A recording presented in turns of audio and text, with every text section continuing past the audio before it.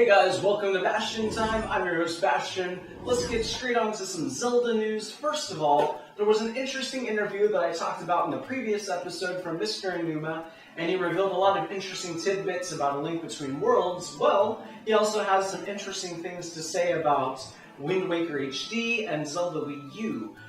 First of all, he was talking about how when making the original Wind Waker, he really felt like that game was very special to him because, well, he says he feels like all Zelda games are special, but that one especially so because that also coincided with the birth of his son.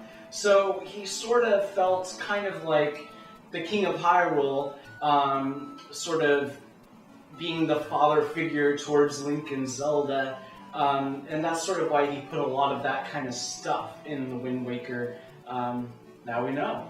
He was also talking about the fact that there are two separate teams working on Wind Waker HD, and then a team over here working on Zelda Wii U, and that after they're done with Wind Waker HD, that team gets absorbed into the Zelda Wii U team. And so he was talking about how while that team is working on Wind Waker HD, they're using all of that information for how to build Zelda Wii U.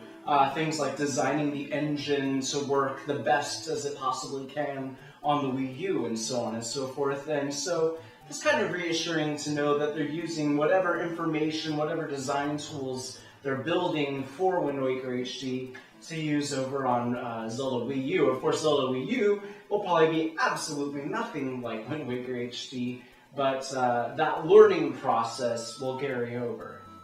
If you are a Deadpool fan, you will notice that in the newest Deadpool game, there is a very huge homage to the original Legend of Zelda. It takes the form of a top-down style, room-to-room dungeon sort of thing, along with the music from the Ganon's dungeon from the original Legend of Zelda. It's pretty awesome. If you want to check out that video, there's a link for you down below. And then there are some developers creating a game that sort of utilizes the 1930s art style for cartoons. And so to sort of celebrate that, they've been releasing pieces of art where they take various video game franchises, Zelda, Pokemon, Bit Trip Runner, and then they sort of reimagine that in the style of the 30s cartoons. So here's a very unusual style of Zelda that I suspect we'll probably never actually see, but it's pretty awesome.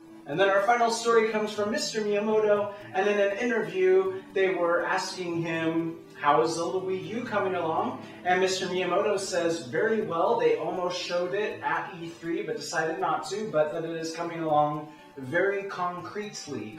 So it's good to know that there are apparently no snags or no upturnings of the tea table, so I guess we might be able to see that as soon as maybe like a year after Wind Waker HD or something. That would be awesome.